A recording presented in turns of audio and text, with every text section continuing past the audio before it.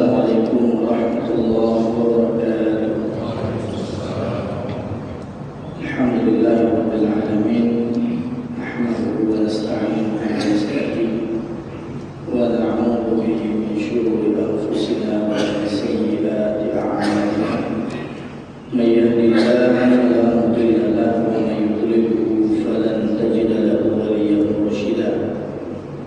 Asyhadu an la ilaha illallah wahdahu la syarika lahu wa asyhadu anna sayyidana Muhammadan abduhu wa rasuluh wa safiyyuhu min khalqihi wa habibuhu addal amanah wa ballagha risalah wa jahada fi sabilillahi haqqa jihadihi hatta ataahu al-yaqin.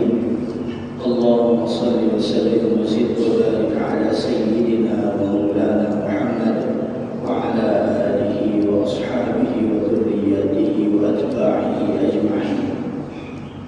Abu Musi walidi yang mulia yang sudah mengimami salat subuh kita pada subuh yang mulia ini, mudah-mudahan senantiasa diberikan kesehatan dan keberkahan kepada ilmu pengetahuan beliau kepada kita semua, amin ya rabbal alamin. Pada seluruh pengurus PKM dan juga panitia pembangunan masjid Babul Huda Kampung Pangoi, bab 2 Babul Huda Baitul Huda di belakang Razi Baitul Huda. Berarti katanya anak itu berumur kami Babul itu mengerumah berarti di belakang Baitul Huda. Kita mau rumah pintu, alhamdulillah kan lupa pintu rumah di bab sebuah yang berbahagia. Teman-teman sidang jamaah subuh yang dimuliakan oleh Allah Subhanahu wa taala, izinkanlah sejenak kita mengulang kembali beberapa pelajaran peringatan daripada baginda Rasulullah sallallahu alaihi wasallam yang disampaikan melalui wahyu baik yang ada di dalam Al-Quran sebagai kalam Allah ataupun di dalam hadis Rasulullah sallallahu alaihi wasallam sebagai pedoman bagi kita untuk mempersiapkan kehidupan yang mulia hasanah wa fil akhirati hasanah. Hadirin yang dimuliakan oleh Allah, ada dua hal yang perlu Tuhan sampaikan. Yang pertama, Allah mengancam orang-orang yang bakhil. Ancaman Allah terhadap orang yang bakhil tidak terhitung di dalam Al-Quran saking banyaknya ancaman. Salah satunya adalah alladzina yabkhaluna wa ya'muruna an-nasa bil bukhli wa yaktumuna ma atahumullahu min fadlihi wa a'tadna lil kafirina 'adaban muhina.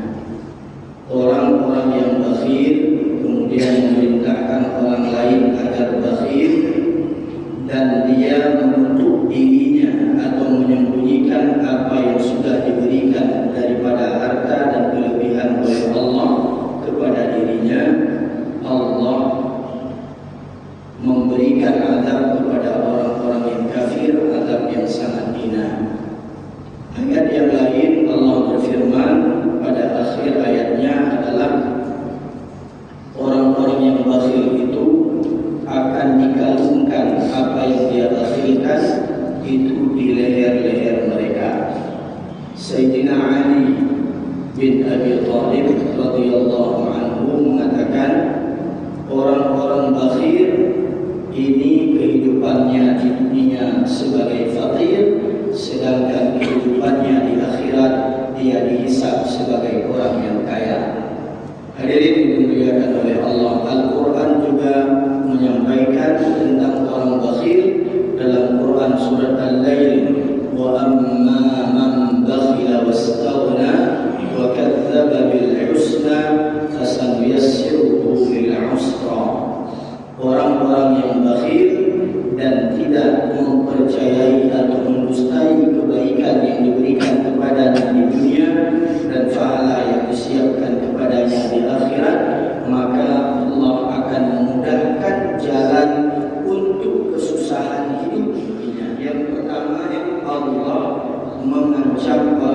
berakhir dengan azab.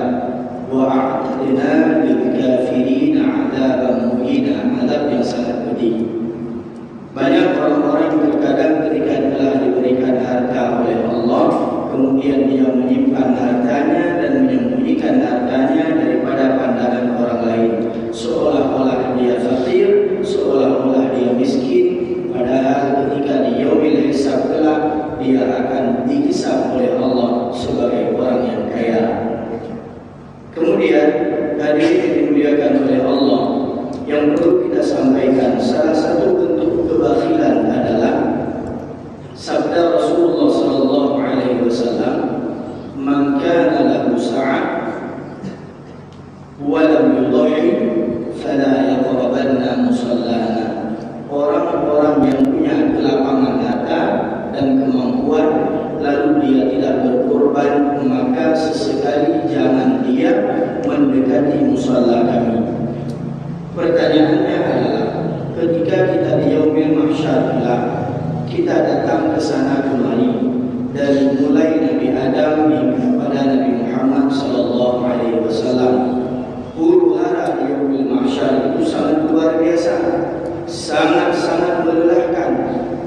Dikumpulkan manusia minal awwalin wal akhirin, daripada awal diciptakan manusia hingga akhir ketika datangnya hari kiamat.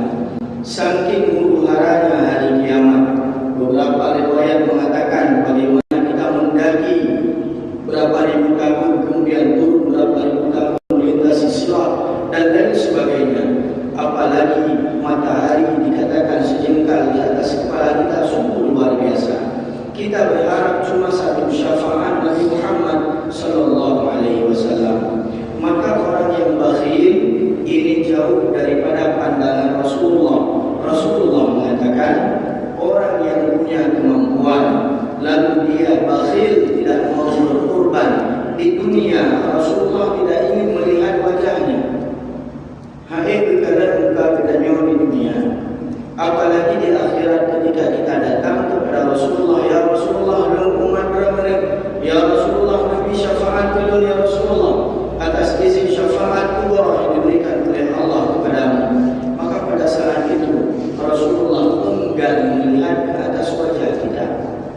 Rasulullah adalah pintu kita menuju kepada rahmat Allah. Kalau seandainya Rasulullah mengatakan di dunia orang yang bakhil tidak mau berkorban, jangan mendekat kepada kami.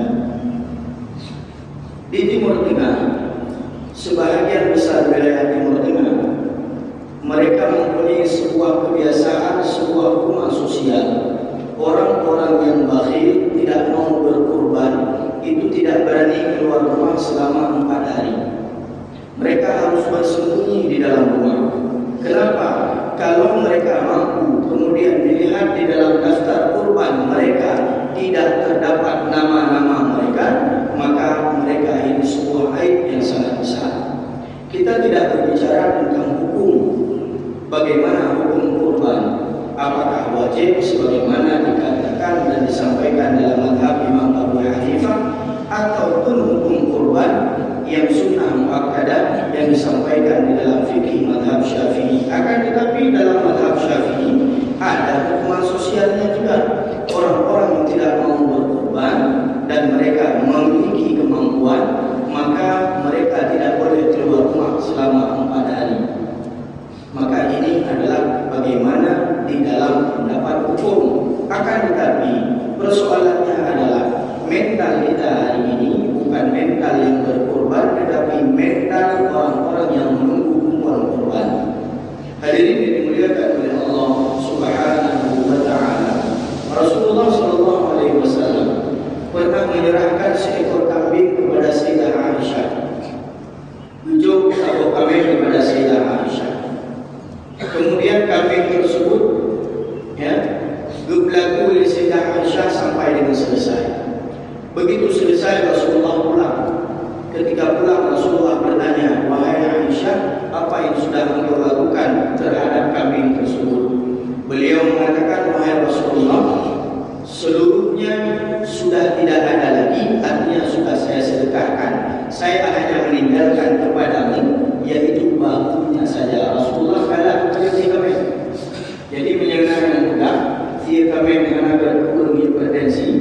atau bisa meningkatkan potensi hipertensi, maka salah cara penyuhi kami. Karena Rasulullah, makanan kesukaan beliau, daging kesukaan beliau adalah daging kambing. Bahkan keempat daging kesukaan beliau itu ya di bahu kambing, bahu kambing.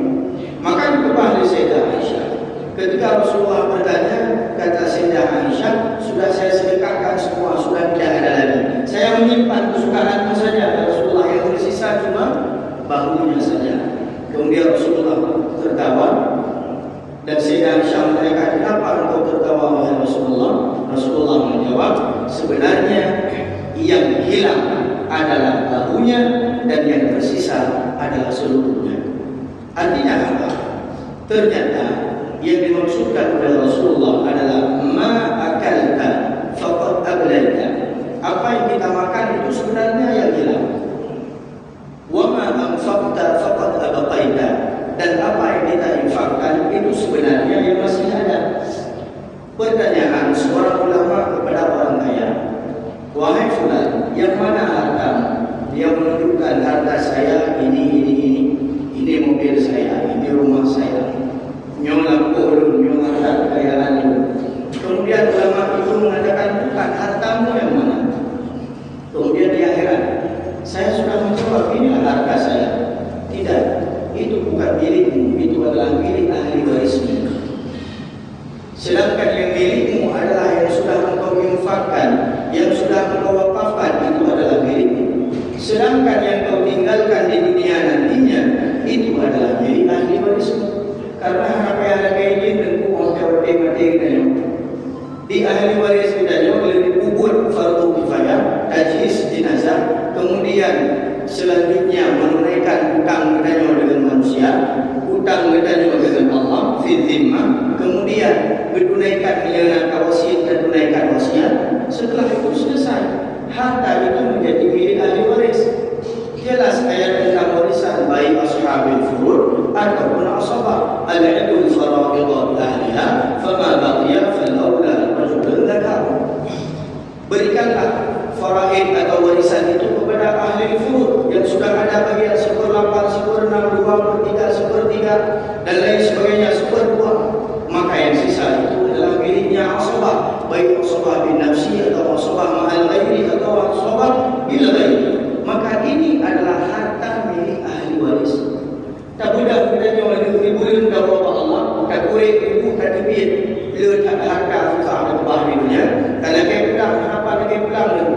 Perpindahan harta dari milik semayang kepada ahli waris, perpindahan yang mutlak. Tidak boleh diminta lagi sebagaimana perpindahan ketika hidup dengan hibah, dengan jual beli dan lain sebagainya. Hadirin dimuliakan oleh Allah, maka yang bedanya yang terhadap bedanya bayar tersebut yang kita infakkan itulah harta kita. Hadirin dimuliakan oleh Allah Subhanahu wa taala. Kategori mampu di dalam berkorban sebenarnya kalau kita lihat mudah. Ketetapan di bedanya zero adalah 20 atau 20 sisa daripada biasa di rukuk nyokalinya ke ubah baju. Rukuk kalau kedua tertabung 20. Maka kalau kita menyimpan satu hari 20.000, satu bulan itu sekitar 600.000. Kalau dikali 12 bulan, maka jumlah uang yang kita kumpulkan adalah 7 juta rupiah. Hanya belum yang hanya mampu untuk berkorban kalau dikatakan dia sudah berinfak dan sudah menggunakan uangnya satu hari 10.000 saja, berarti dia sudah berdonasi, dia sudah menyimpan uang kurban. Kalau kami kena mahu kadang-kadang punya kedor yang pada tidak lain ada waktu juga kasih kopi kata mahu lebih tak kerja pun rupiah kasih saya. Maka kalau kita mengatakan saya belum mampu, sebenarnya mampu ini ada pada semangat kita untuk mampu. Kalau mampu ini ada pada harta yang kita sisakan, bukan harta yang kita kumpulkan, maka kita tidak akan pernah mampu untuk berkorban. Pastikan diri kita untuk ikut berkorban di tahun ini, bukan ikut untuk mendapatkan kupon korban di tahun ini. Hadirin yang dimuliakan oleh Allah Subhanahu wa taala, yang pertama, apakah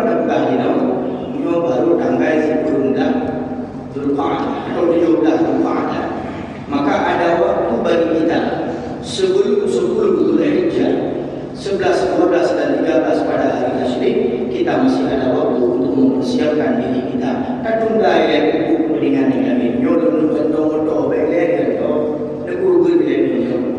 Maka hadirin dimuliakan oleh Allah Subhanahu wa taala, ini adalah hal yang pertama. Kemudian hal yang kedua, dalam waktu yang singkat yang ingin tuan-tuan sampaikan adalah musim penuh pesta.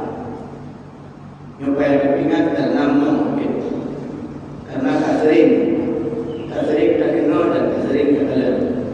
Yang pertama, asal sudah ada pesta walimah, itu di tempat walimah yang pertama ada tabarruj jahiliyah. Ini yang pertama, wanita memakai pakaian yang tidak sesuai dengan syariat, menyodorkan cipta baru jahiliyah seperti mana mengetahui mengajukan ya betul padahal MPU sudah mengarahkan yang ini sebagai anggota MPU juga sudah mengarahkan dengan tausiah dan sebagainya. Akan tetapi yang terbaru jahiliyah bagi ulagam dan cipti malam tak kala hana melebih menyawai mungkin enterut berbunga enterut menyagarinya injing enturamba itu betul-betul berlaku kuku dengan mulut.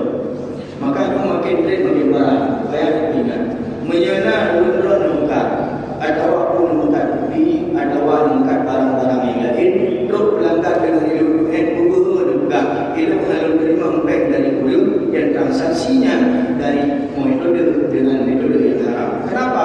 Karena pada saat dia bertransaksi dia menggunakan pakaian yang haram dipakai olehnya.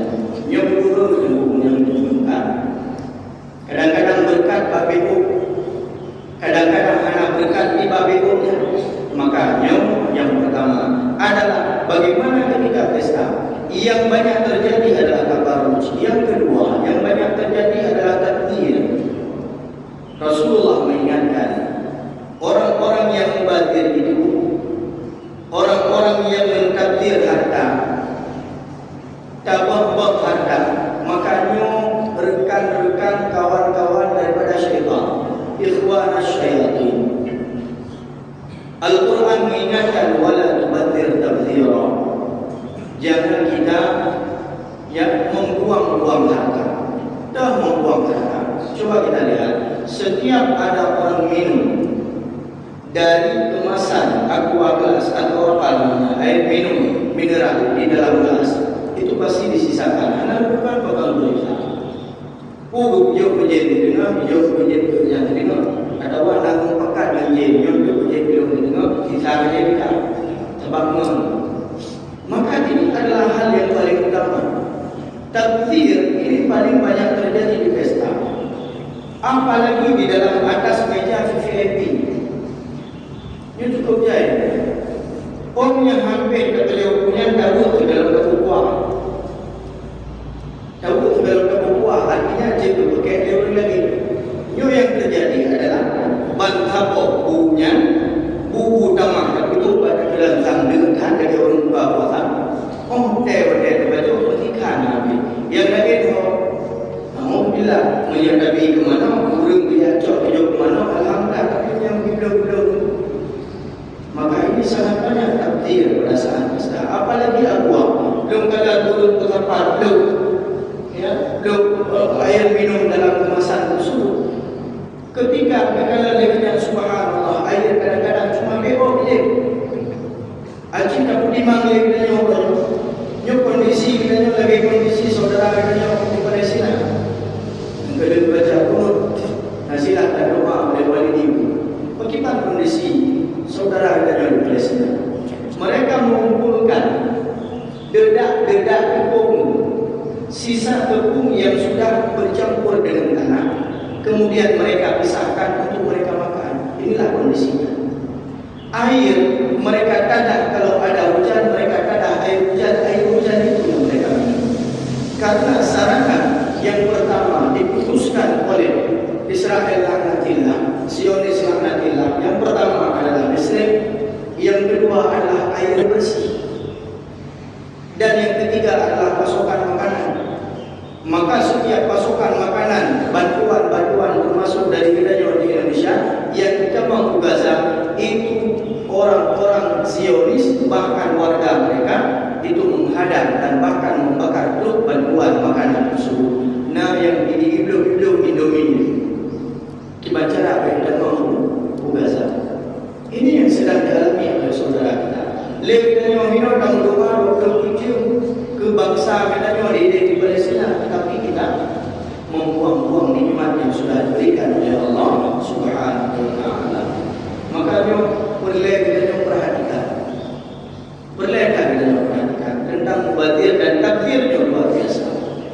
takdir yang kedua terjadi bagi Yahudi. Lepas tak belah kopi dengan pen, sabuk belah kopi 5 akan tetapi rata-rata wadah saja dikhamlah misal ikan terbesar kupur so dia kopi dalam mau mengajar kagalah kopi mungkin dia kagalah kopi pakai pacung ada orang sama pacung SP munya memang kajian seboglah hari kajian seboglah juga hanya berguna hubung ikan papan membalik karenanya terdaun pen dipegat dengan ia dipegat dengan harta. Setiap harta yang kita membazirkan maka Allah membenci orang-orang yang melakukan pembaziran tersebut. Hadirin yang dimuliakan oleh Allah Subhanahu wa taala. Nyong nanti ketika di rumah kita usahakan jangan terjadi pembaziran. Yang kepada boleh dan yang terdaun. Yang kepada boleh dan yang terdaun. Yang kepada boleh dan yang terdaun. Yang kepada boleh keluarga dan yang terdaun. Ada jenisnya kita berbagi dengan orang lain itu lebih baik. Al-Quran di dalam solat rakaat kedua tadi dibacakan wa amma bi ni'mati rabbika fahaddits. Dan dengan nikmatmu maka ceritakanlah nikmat-nikmat yang sudah diberikan oleh Allah kepadamu. Makna fahaddits ini kerana cerita alhamdulillah rumah belia. Tak cerita bahawa kita rumah yang dalam-dalam. Alhamdulillah dalam-dalam tu. Tak cerita bahawa yang dalam-dalam.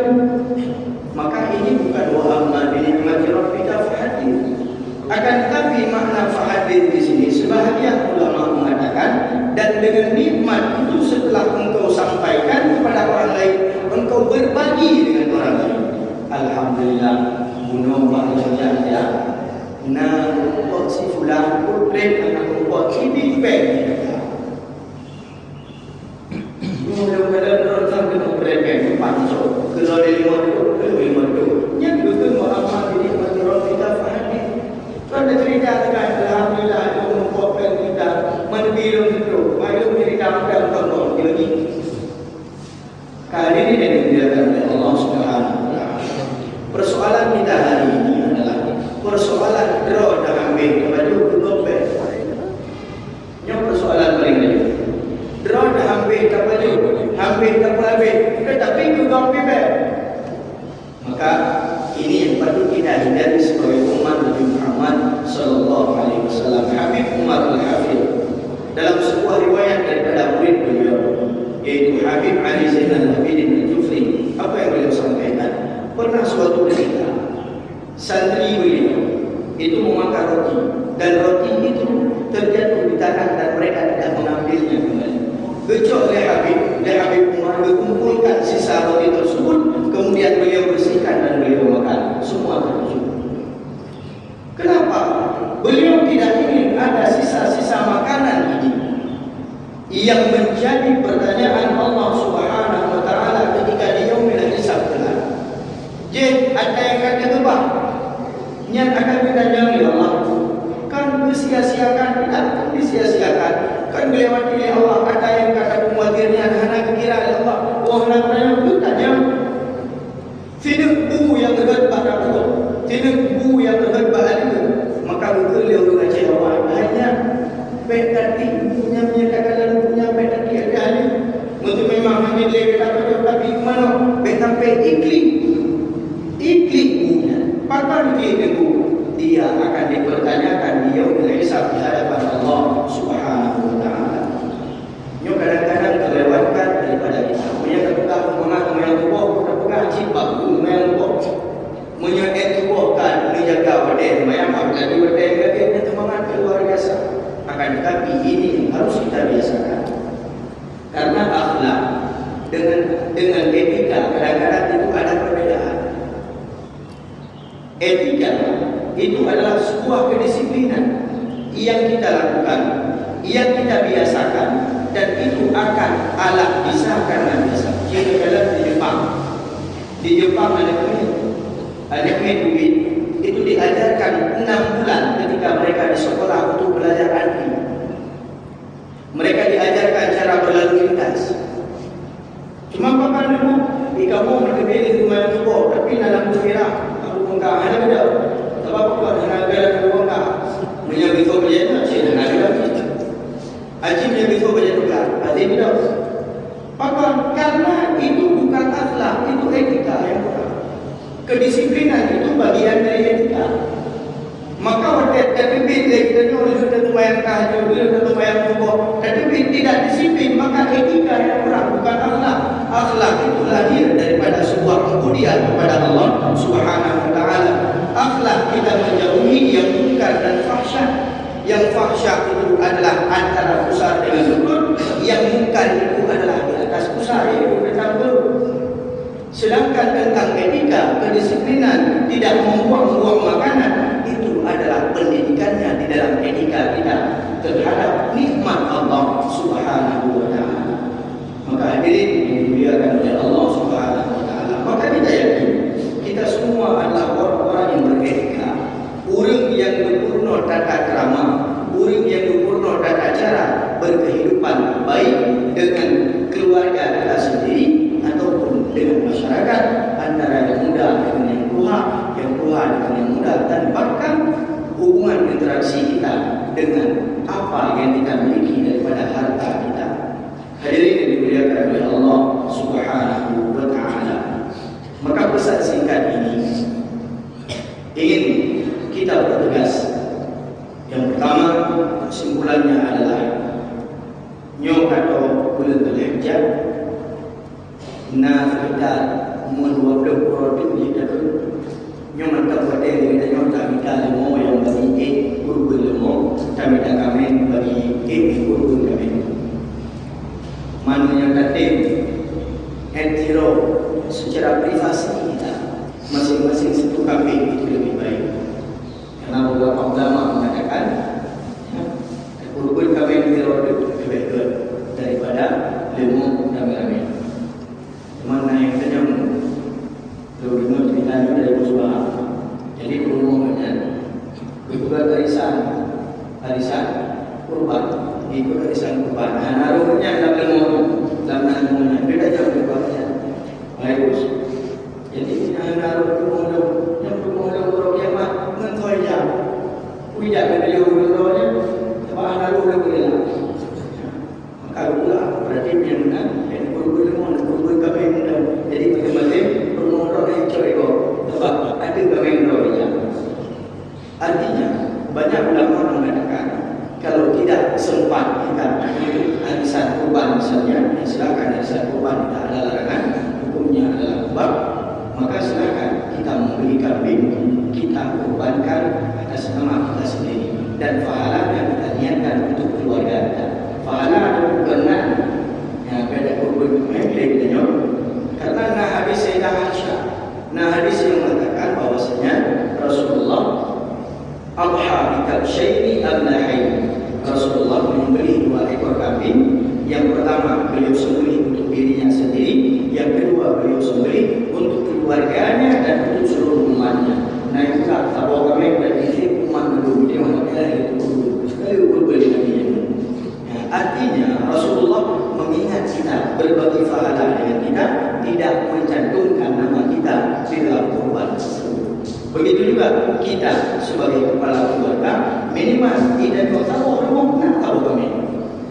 Karena tahu kami, maka ini adalah kifayah bagi kepala keluarga. Hadirin dimuliakan oleh Allah Subhanahu Wa Taala. Yang kedua, kita pahami bahwasanya kehidupan kita ini adalah untuk berbagi dengan orang lain. Budaya kita jom harus saling berbagi. Hidup paling senang ketika jamaah kita sudah diikat dalam ukhuwah syiar dan dakwah ini, juga diikat dengan penguatan antara kita di dalam hubungan sosial kita. Nah, adanya guru-guru yang kaya di dalam jamaahnya, gemnya tukir, gemnya nak gede, dekat anak-anak muda yang dalam menabur dekat apa dia pergi gereja. Ketika urun nak kelebihan harta, yang pertama apa yang hidup adalah guru-guru yang senantiasa dekat dan mulazamah di dalam jamaah. Nak kelebihan harta, alhamdulillah, nak gaji lehat, gaji budak, gaji muda, nak telefon, hidup kupan, penuh dijah, alhamdulillah, yang nak pergi kadang tik kapok kita sabuk saf hanya di dalam solat, tetapi kita tidak satu saf di dalam hubungan sosial. Banyak anak-anak muda dalam kalangan BPS 20 adalah muda adalah 80. Akan tetapi banyak anak-anak muda yang tidak hadir pada subuh ini. Kenapa? Kadang-kadang mereka harus bekerja dari malam sampai jam 4 pagi. Mereka yang tidak tahu pagi ini harus mencari uang di mana, adalah mengajar, pegawai. Maka menyana pekerjaan yang bisa dikabul kerjakan, mereka ajak anak-anak muda yang memang potensi mereka adalah orang yang menjaga solat berjamaah di masjid. Itu lebih baik daripada ada pekerja yang bermain. Kita tahu rumah Cina, ibu bertanya di Cina untuk mayang, tapi ada mayang bertanya, jangan lagi kerja kau saja. Oh, kedai mayang, urus kerja dan mayang. Maka hadirin dimuliakan oleh Allah Subhanahu Wa Taala. Ini yang kedua, yang terakhir. Yang di dalam musim-musim ini atau musim pesta dan dimanapun kita berada, setiap kita menggunakan nikmat Allah, jangan pernah kita berbatin di dalam nikmat Allah Subhanahu Wa Taala. Menyong kita jumpa ke WI kepingan baru mendengar atau ingat bahagia. Hai yang ia yang dibawa diurut berubah langsung dalam grup, tetapi dicoknya menyebabkan perlu pilih grupnya. Video pertama ia dikumpulkan ianya bertasiram tanaman daripada tabak dalam grup. Artinya memberikan manfaat tidak kepada manusia, tetapi juga memberikan manfaat kepada lingkungan agar tidak diberikan orang-orang yang sahabatnya syaitan yang benci. Hadirin dimuliakan oleh Allah, nyonya dapat berdoa sampaikan mahu